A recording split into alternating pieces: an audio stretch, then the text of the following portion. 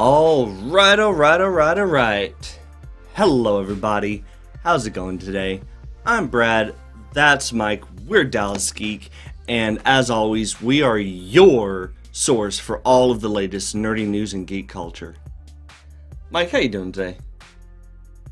I'm good, Brad. I'm good. That is incredibly enthusiastic. Yeah. Okay. With that, yeah, so if you could not tell from the title of the video, and that is some of the loudest water I think I've ever witnessed. What were you saying, Brad? Now we're trying to make a shake weight commercial here. What that? Sure, let's go with that. Well, South Park shake weight. That's what my mind immediately went to. But yeah, so if you could not tell from the title of our video today, we are taking advantage of the trending topic that is the season 6 premiere of My Hero Academia to jump all the way back to season 1 of My Hero and, see if we think it still holds up. Pretty topical. Season 6 is starting, so let's go ahead and jump 6 years into the past. I mean, in fairness, we probably should have talked about this way sooner. Yeah. But, that's we haven't. So, good job we are now. Yep, good job, Captain Hindsight. And we're actually going to be going and reviewing each of the other seasons as we go along until we finally get caught up to season 6. Because, timing! I mean, it is appropriate for us, though. I mean, if we were doing timing-wise, we should have talked about the Community. What, the fact that there's a chance that there's actually going to be a movie? No, not a chance. It's happening. Happening? It's happening. You shut your whore mouth. It's happening. Oh. We'll see. With that, so we are going to be diving right into the wonders of season 1 of My Hero Academia. Whether you prefer subbed, dubbed, or are, actually able to understand just the original Japanese, which is most definitely not us. Nope. Yeah. Yep. So, no, we're gonna just jump into it. So, Mike, what do you think? Does season 1 still hold up today? Yeah. I mean, whiny bitchiness aside. Or do I have to include that? We're not supposed to talk like that about the fans. Oh. That's a completely different conversation. I mean, it's accurate. I mean, I was more so talking about Deku, but, I mean, I really wouldn't call him whiny. Even in season 1, he was overly teary, but not whiny. Mineta, maybe. But I wouldn't call him whiny. I'd say he's What type of anime is it? He's overly teary. What type of anime is it? Shonen. Alright. Whiny bitch. Wow, that is taking a trope to an extreme place. Oh, and his best frenemy is a whiny little bitch too. Well, we're just really laying into these tropes here. For those of you who don't know, shonen anime are action. It's very simple. It's just the anime equivalent of action movies. And there are some very well-known tropes that show up in every one of them, and certain personality quirks I see what you're do end up showing up, even in, well, especially in this. Whether if you want them to or not. Which, look, I will, I have a hard time giving credit to comicbook.com and CBR because there's so much about what they both do that is frustrating, but it was one of the two. I am suddenly blanking on which. A few days ago, I actually came out with an article talking about, the top 5 reasons why it is so hard to be able to enjoy anime or shonen anime specifically as an adult, and the personality issues and the over exaggerated things kind of came up as one of the top issues. Was the objectification and overly glorified sexification of underage children one of them too? We don't need to get too detailed on that one because it's still Google. We don't want to deal with that. But yes, there is some very gratuitous fan service. Yeah. Now, not as much in season 1 as we get in some later seasons. No, season 1's pretty straightforward for the most part. Yeah, I will say one of the things that I really keep giving season 1 credit for, because I've gone back and rewatched it several times. I have not. Yeah. Was I supposed to do homework for this? That's on you. That one's on you. But no, one of the things I keep giving season 1 credit for is they do a really good job at being very to the point with what they're bringing up for the subject. They are very straightforward with the world building.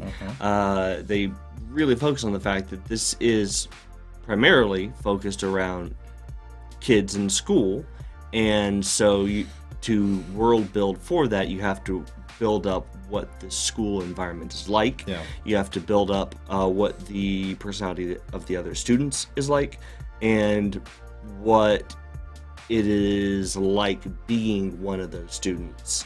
And I think from that point of view, season 1 kind of knocked it out of the park, because it really focuses on all the little details. I mean the fact that it's episode 7 or 8, if I remember, is almost entirely focused on just trying to elect a class president. Class rep. Yeah. That some people would call that filler. Yeah, but I mean the fact that is a relatively fundamental piece of student life, especially in Japan, that can be easily overlooked in other anime, even school-based anime, and to just say, hey, here's the class rep, it's already pre-established, and go with whichever trope they choose to throw at that character, whether that's the over-domineering person or the weak pushover that everybody takes advantage of, or the whatever, or the more common one, they're the bad guy. And I think the fact that they really took the time to build it up, explain it, and really try to allow the audience to understand, that was pretty quality world building, and they did it in such a brief way it didn't feel like filler. Yeah, they do a really good job of world building. Like, they really do a good job of showing you what society is like, what these kids would go through on the daily. They do a really good job of kind of highlighting what a society would look like too, like if everybody was special, quote unquote. Yeah. If everybody's special, then nobody's special. But then you have this one kid who is your main character that wants to be special and isn't. Mm-hmm. But at the same time, like, he literally embodies everything that you would expect and want of your quote unquote hero. Yeah. So it's a nice little thing that they do, really kind of taking that trope, and I don't want to say turning it on its head, but kind of giving it their own little spin on it.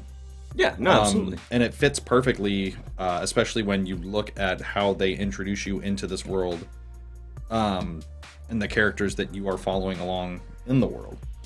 Yeah. So they, like, for me, they knocked that out of the park completely.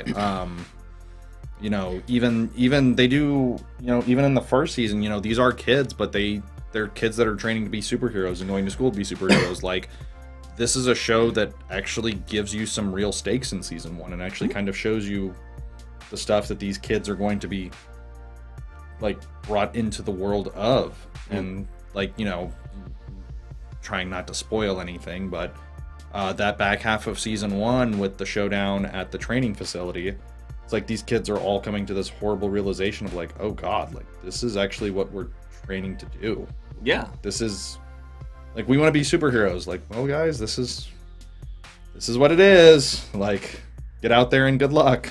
Well, I think even before that, we really got the season to establish the reality of this world. At the very beginning, with the first 2 episodes, you know, the 2-part series premiere, where we see in the very opening scene the big, you know, villain. I'm not really super villain, just, you know, generic off the street villain, takedown by the pro heroes, and the way that the heroes interact, both good and bad. And when Deku, the main character, if you're unfamiliar, Deku, or Izuku Midoriya, as his name actually is. He's Deku. Yeah. He's Deku. Yeah, his superhero name, for better or worse. Yeah. As he explains, because he starts off as the narrator of the show, he goes in and really explains the fact that, yeah, being a pro hero seems cool, but it's a business. Yep. And so as he goes in and narrates through the breakdown of, you know, why it's important that the pro heroes work together, and, you know, why, because of the business side of this, even the most confident looking superheroes are genuinely just stressed out, terrified messes, because one small move could literally mean the end of their career, just from bad PR. Yeah, and they have a whole ranking system, and you get endorsements based off of where you are in the rankings. So, like, it's literally like they are rock stars. Like, they are the rock stars of this world, and they are like, everything that you do that's great, you are rewarded for, you're paid for. Like, this is how they make their living. Yeah. Every hero has an agency where they go out and fight crime, but it's also like a PR agency that's designed to push them and kind of handle their PR side. Yeah, and while we do get into that in later seasons, just the very fact that we get into that, even as brief as we do, in the very first episode, it really does help to kind of explain the stakes, you know, because it's not just the stakes of the main character, Deku, and his friends at school, and what they're going through. What friends? He doesn't have friends. Eventually he does. Not in the first couple episodes. Well, but it's the stakes of this world. You really get to understand why being a superhero in a slightly more realistic environment maybe isn't all it's cracked up to be. Right, and that's something that I really like about this anime, is that it is a realistic, but not really realistic look at what a society would look like if everybody had powers.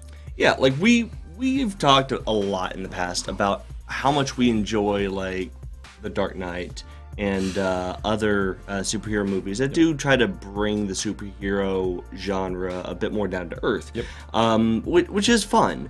But I don't think My Hero Academia, especially in season 1, gets enough credit for doing exactly that in a way that still feels fun and anime, but when you break down exactly what they're presenting, how they're presenting it, and the realities that they are actually explaining to you in depth from the very start, this is about as grounded of a superhero adventure as you can get right now on TV. Even more than I think a lot of what Marvel and DC animated, not their abominations of live actions, but even more than what they are doing, because it really does it gives you that gravity of, well, if this was real, what would you have to deal with? What would that be like? And that's and it's not a, I don't want to say it's a cynical view that it takes, but I think it's a very realist view. Well, I think the cynicism is very much there. I do agree with you. I think it's very much there, but I think because the focal point of this story is a bunch of high schoolers that are just learning how to be superheroes, I think what are we, the cynicism... Mrs. Lovejoy now? Like, won't somebody please think of the children? Well, no, I think this really is... the cynicism is intentional. Right. Because you're able to counterbalance that with the optimism of the main characters and the supporting cast, and how fascinated they are with this world that they are just now getting into. Right. And so you get that balance immediately. That it starts to shift in later seasons, but you still get that at the very start, and it keeps it more together. I wish I could come up with a better way to explain it, but it keeps the story more together and more. Well, and I also like, I don't know, palatable, really. And I also like the fact that, like, we have a character that's the main character that is in this world without a quirk. Yeah. So it makes them that much more relatable. You know, this is a kid that wants to be a hero, that wants to do good, that wants to do all of these things. He doesn't give a shit about the celebrity. He doesn't care about the making money aspect of it. Like, he just wants to help people. Like, a very, some would argue, childlike view of the world if, like, you had powers. Yeah. Because people, you know, you always have that conversation of, like, man, like, if Siths and Jedi were real, or if superheroes were real, like, how awful of a person would you be? Like, how awful would society actually be, because people would be selfish and would all do all of it all for their own gain and everything like that. So, like, here's a society that kind of does its best to balance it. Like, people are still helping people, but they're still monetarily benefiting from it. Yeah, absolutely. But then you have this main character who is part of the 2% of the population that has no power, that is just quote-unquote normal. Yeah. And is trying to basically break into this world of doing more, and it makes them so much more relatable, like, I think, than any anime character that's been around or that's come around in quite a while. Yes. Like, I think Deku's a very relatable main character in an anime because of that. Like, I think you can look at him and you can be like, yeah, like, I remember when I was young and idealistic and wanted to do something to, like, help people and change the world. Yeah. Well, you have a character that literally has no power to do so. Yeah. And I mean, that kind of eagerness, that as you put it, that kind of childlike perspective is a very common trope within shonen anime. You know, whether you're looking at Dragon Ball or why am I suddenly Naruto? Yeah, good lord, never watched an episode. Neither have I. I just the idea of trying to get through that many episodes. It's like the people there's a reason why I'm not ever touching One Piece either. That's I have people that tell me I need to watch One Piece, and I'm like, you need to go. Yeah. Get that censor button? No, I'm just kidding. Like, yeah, you need to get out of here with that. Like, I'm sorry, it's what, 1,200 episodes in and it's not ending anytime soon? Yeah, well, no, like, ain't nobody got time for that. Well, like, when you can go in and be just flat out told that, like, several hundred episodes of an anime is essentially just the build-up to the main story. Yeah. Like, that's... You've gone too far. Yeah. Like, you've gone way too far. Like, even George R.R. Martin had a point where he decided, okay, there's enough world building, let's get to the story. Dude, and that lazy bastard hasn't written anything in like a decade. Yeah. We'll dive into that whole thing at a much later time. But just like him with the rest of his series. Isn't that weird? Holy shit. Look at how that works. But yeah, no, I think it's really I think season 1 does a really good job, especially the fact that it's only 10 episodes. 13. Oh, 13, sorry. My bad. 13 episodes. You're damn right it's your bad. But no, it does And I think the 13 episodes really helped It it. really keeps it condensed. Exactly. Because you don't fall into the, oh, well, hell, we've got a 25 episode season, but really, like, we're going to have to do some filler here so that we can get, you know, this ain't the days of Dragon Ball when it takes them 20 freaking episodes to get to Namek. You remember fake Namek with the shape-shifting aliens? That never happened. Yep. Didn't happen. Just like GT, it never happened. Not something that we need to ever acknowledge. But like you avoid all of that goofy bullshit, and we have like actual world building and actual storytelling and actual character development. Yeah. Like 13 episodes, like when you actually thinking about it, like they put a lot in those 13 episodes. Yeah. No, absolutely. Especially the last several, like they crammed in some quality action. Well, not only that, but they also gave character development to a lot of the secondary characters too.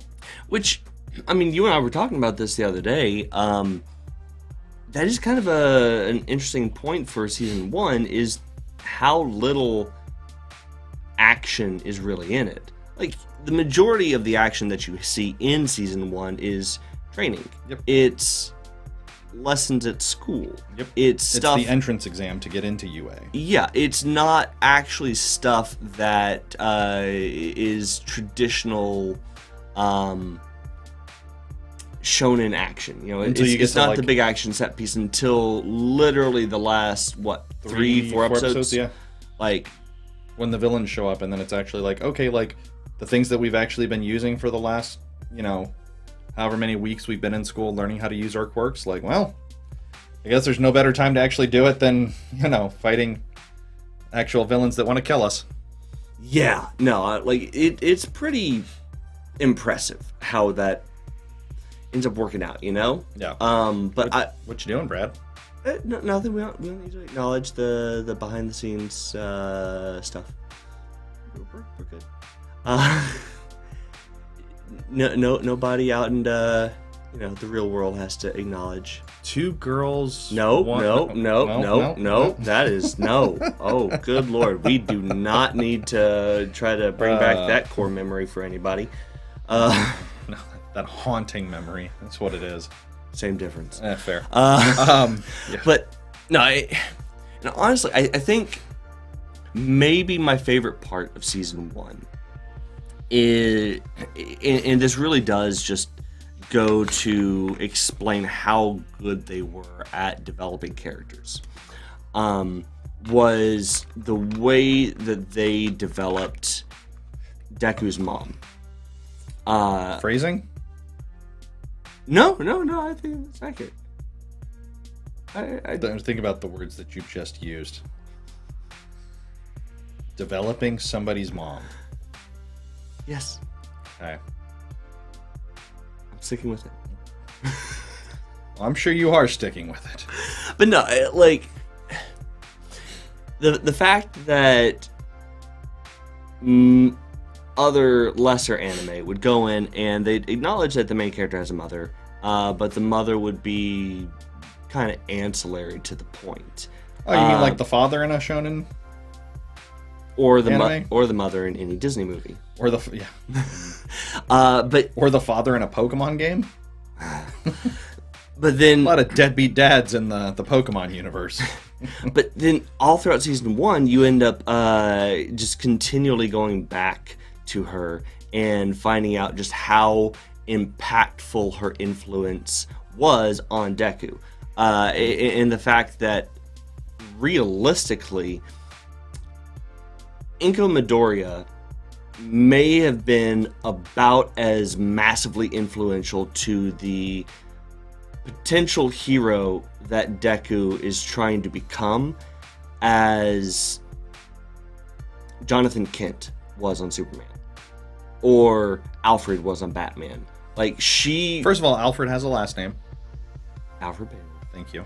Like, you see how she establishes his kindness, his sense of morality, his the fact that she always supports him, the fact that she is there, and yeah, she makes mistakes as a mother, especially when he was a little bit younger and they first got the news that he had no quirk.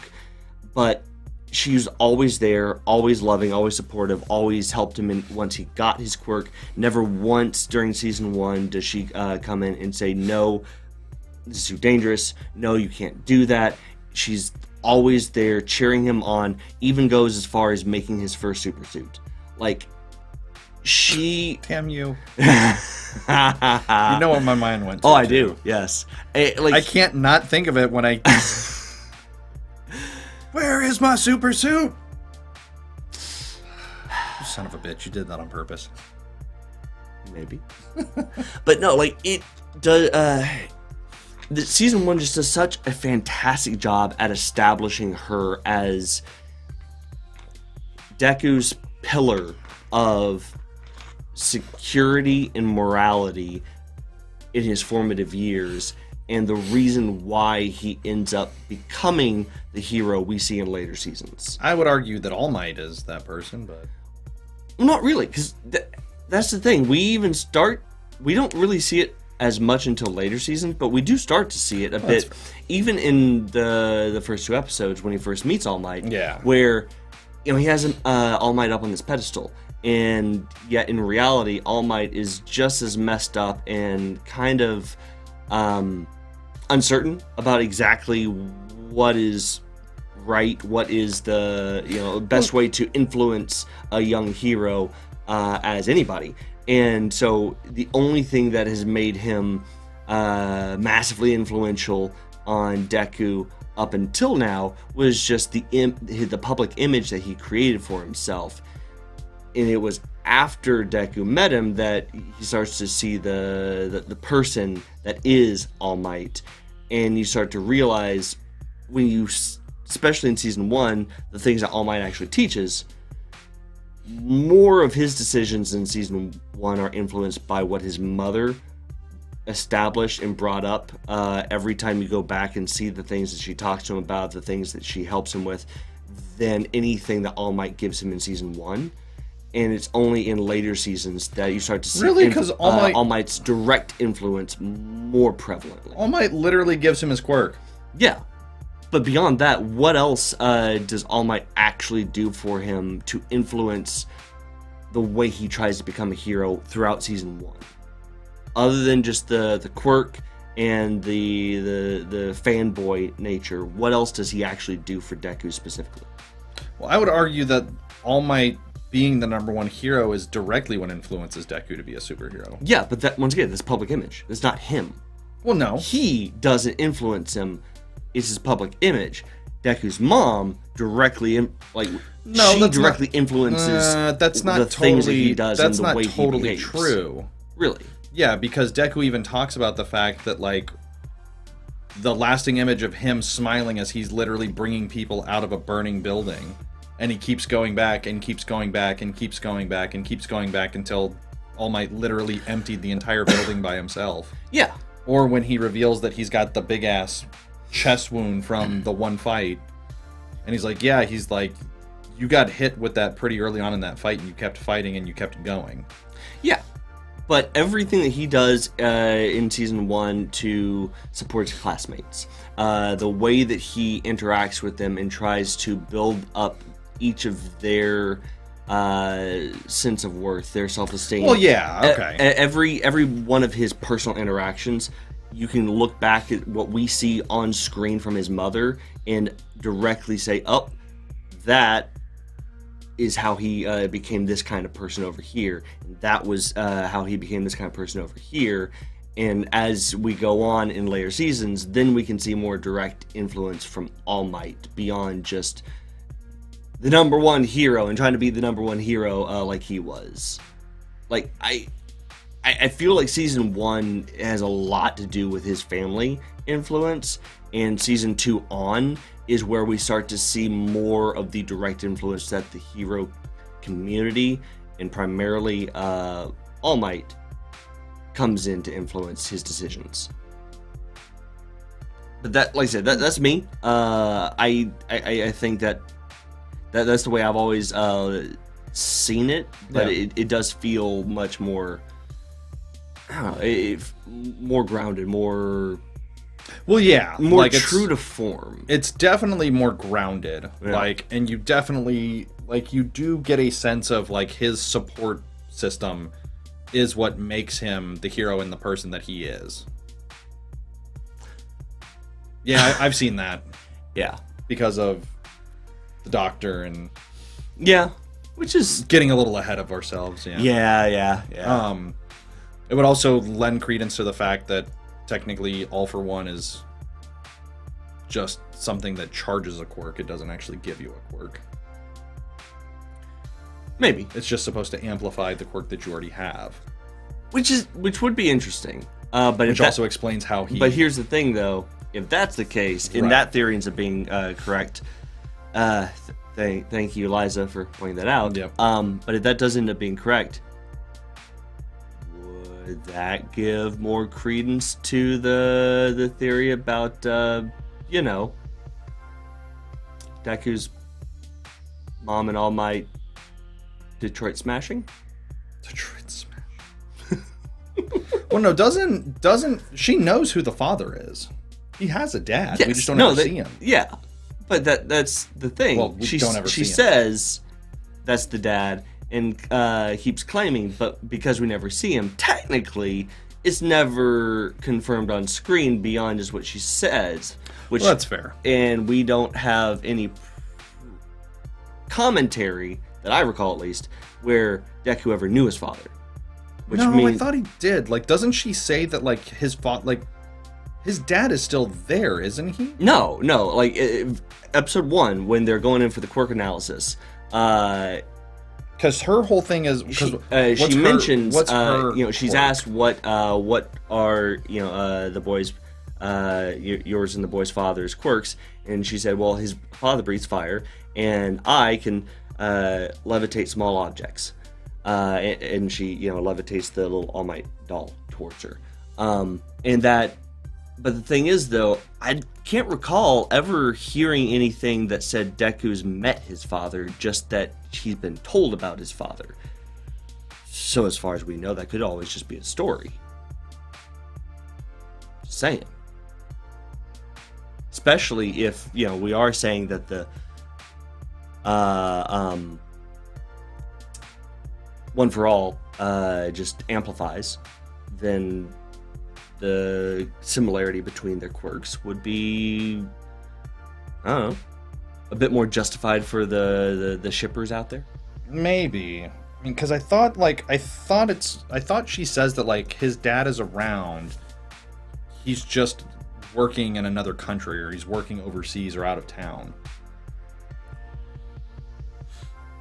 Yes, quirk is mentioned, but not his name or who he is. And Okay. as far as I know, I've rewatched in full transparency, I've rewatched before each season. I usually go back and rewatch at least some of it, the series. But all in all, I've probably watched the entire series up to where it is today 3 times in its entirety, and I can't recall any time where it ever mentions Deku talking about having met his father. That's fair. Now, granted, that doesn't mean he didn't. Just Right. means No, he doesn't that's talk about him. fair. Yeah. No, that's totally fair. But yeah, I don't know. Once again, something for the conspiracy theorists I was out about there. to say, there's a lot of conspiracy theories, and I know the manga is way down the line. Oh yeah, and the manga gets some has a lot of things that I guess have not been adapted to the anime that really go off the rails. As far as if you really want some conspiracy theories, it gives you some stuff to work Right. with. Well, because Which, I mean, cool. it took us till the end of season 4 to learn about the previous carriers of All for One. It was season 5 when we started to actually learn about them. I'm It's talking about that. mentioned in a bit more detail than we ever had. End of season 4, the idea is first introduced in any level of substance. Season 2 during the sport. But I'm talking about tournament. the dream that he has, where he actually sees all of them. I think that's the end of season 4, if I remember right. Yeah, And you're like, what the hell? And then he but that's the first time it ever really introduces the concept as a tangible thing beyond what you see in season 2 for like, what, 2 seconds, 3 seconds? But they don't even call back to that until later in season 5. Yeah, like because he's like, I had this one moment during the whole thing, right? So I mean, there's a lot of stuff. Like, there's a lot of different directions that it can go, and I mean, and like the really good thing about season 1 is that it doesn't really jump ahead. It doesn't overload on the lore. Right. Yeah, which... Like, because you have, like you said, you have that one moment in season 2 where if you don't know what you're looking for, you don't know what you're looking for, so you could very easily miss it. Yeah. And then more and more keeps getting introduced, and then when we get that first thing in season 4, you're like, what the hell? Well, and then we start piecing it more and more together, and then flashbacks start coming in and showing you, relationships between other characters and everything like that. But like, season 1 does a really good job, like, of not, like you said, getting ahead of itself. Well, I mean, look at so many other shonen anime, and how their season 1s will just, as their attempt to world build, will just do like a massive lore dump on you. Whether you want to talk about Dragon Ball or any of the Dragon Ball series, Naruto, and maybe 2 of the worst offenders out there, Fairy Tail and Full Metal Alchemist, where both of their season 1s, like, you want to talk about lore dumps, it's just like more information than you can keep up with. And the fact that season 1 for My Hero just kind of parses it out in pieces and really keeps it digestible, I think is a massive accomplishment. I think it was brilliant. Especially with how much you end up learning in later seasons they could have included at the very beginning.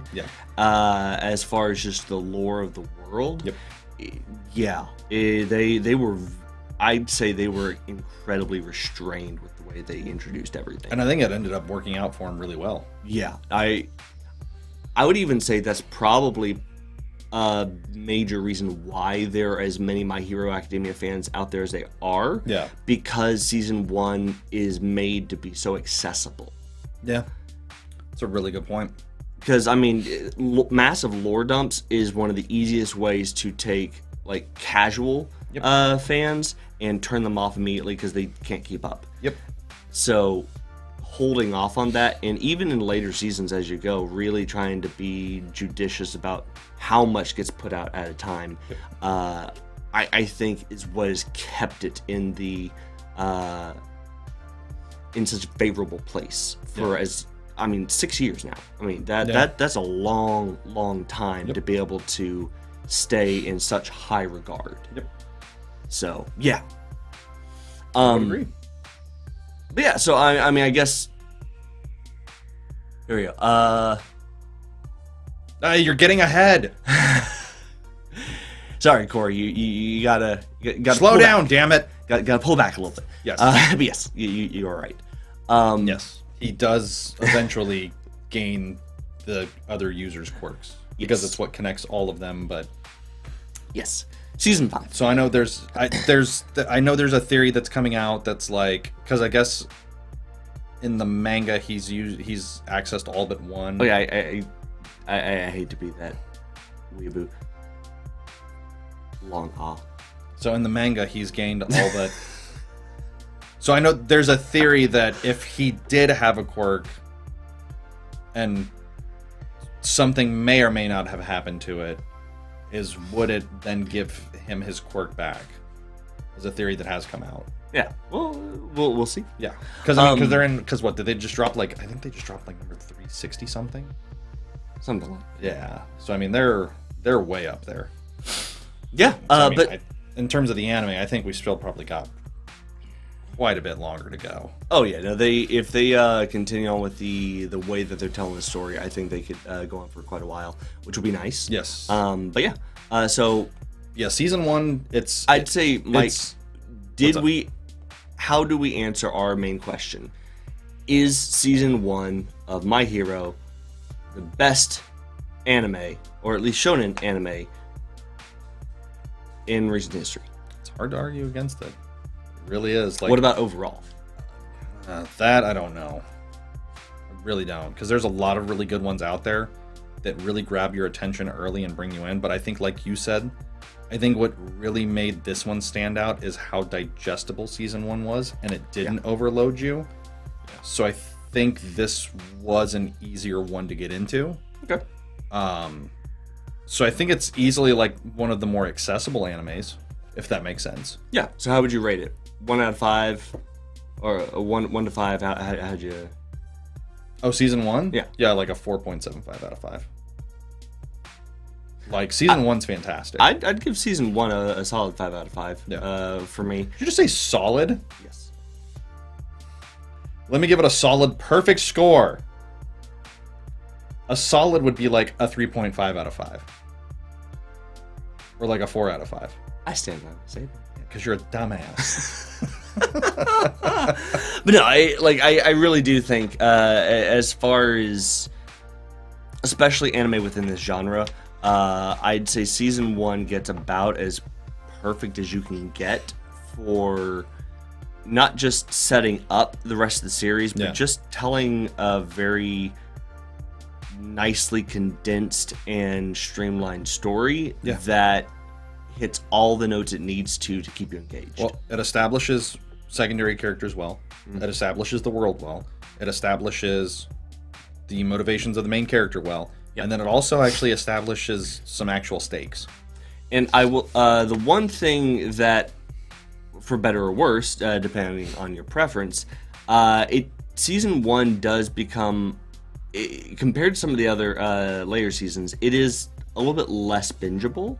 Yeah. Because it does take a bit more time than later seasons at the beginning of each episode to kind of cover again, like the final pieces of the previous episode. Yeah, that's fair. So it does make it a little bit less bingeable in that, you know, if you're gonna binge it, you have to kind of skip ahead a little bit on the actual episode. But if you're somebody that likes to take your time with anime, it's perfect because it gives you exactly what you need to incentivize you to, you know, take little breaks in between episodes and then come back, make sure that you remember what happened last time, and then go on. And while, yes, later seasons does essentially the same thing, they do shorten how much of time they devote to that and make it closer to bingeable. Now, without actually going the full Netflix model of just literally end of one episode, beginning of the next, there's no recap, so you can just binge it straight through. And you can honestly say, and this is kind of the last thing that I'll say, and I'm kind of foreshadowing a little bit, but they did use the framework and the blueprint that they used for season 1. They used that in future seasons because they really have like a 2A and a 2B for season 2 storyline, a 3A and a 3B, a 4A and a 4B. So they really did take that sense of like, we're going to take these seasons and kind of cut them up and treat them as their own little half seasons. Like they kind of took that from the first 13 episode run, and because each season after episode 1, I think, is either 25 or 26 episodes. Now, granted, you get into season 4, and technically it's more like 4A, 4B, and 4C. That's fair. That's fair. But that we'll get to that. But yeah, so Corey, yes, no, I totally agree, Corey. The way that they do build up the lore and the way that they put it out there, how much they put out there, it makes it clear that they planned this. This isn't just being made up on the spot. Which is great, honestly. And also, honestly, something that you kind of alluded to, and that's absolutely correct. The way that they put everything out, after the first time you watch through a season, you can go back to previous seasons and use what you saw in later seasons to go kind of fill in what was in the earlier seasons and get more out of it, because they had planned ahead enough that you can see how certain building blocks were laid out and at least implied, so that you can keep getting a little more each time you watch. And they did the smart thing of that Full Metal Alchemist didn't do, is they let the manga actually. Well, I mean, Brotherhood, but that was more of a just given. But the initial run of Full Metal Alchemist was, Yes. oh shit, we got ahead of the manga. What do we do? Whereas this one was, hey, like the manga's been out for a while.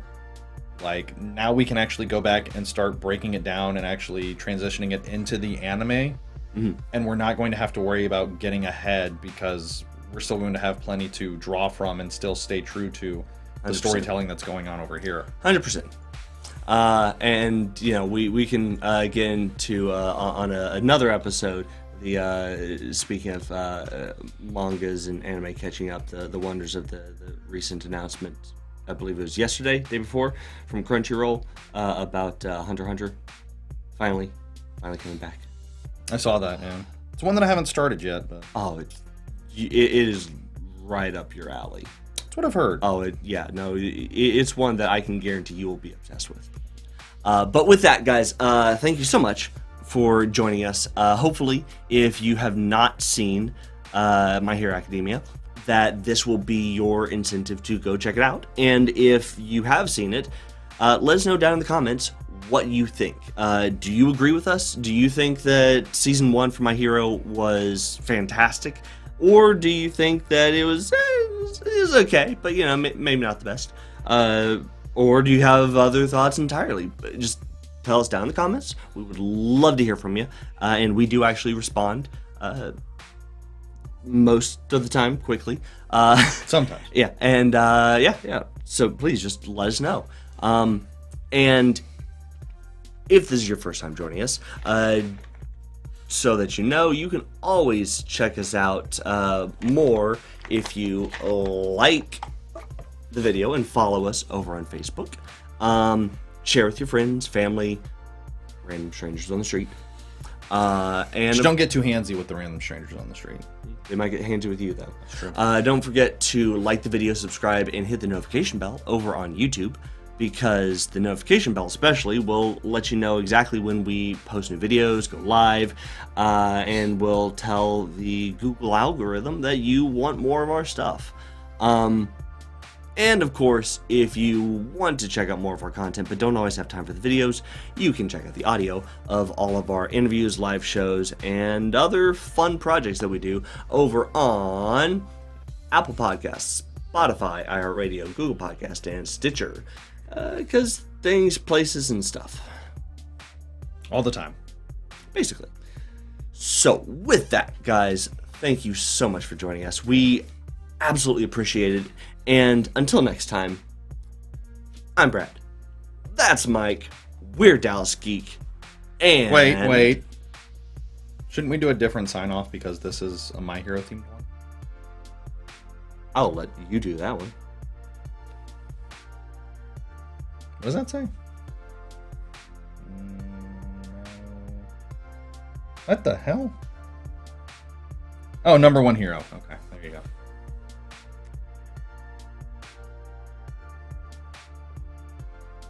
Mike, What? you had a... Oh, no, I wanted you to do a it. phrase. I just wanted to interrupt you. Until next time. Always remember, go beyond. Say it. Plus Ultra. Okay, now say it like you actually mean it. Plus Ultra! Okay. What the fuck is happening? See ya.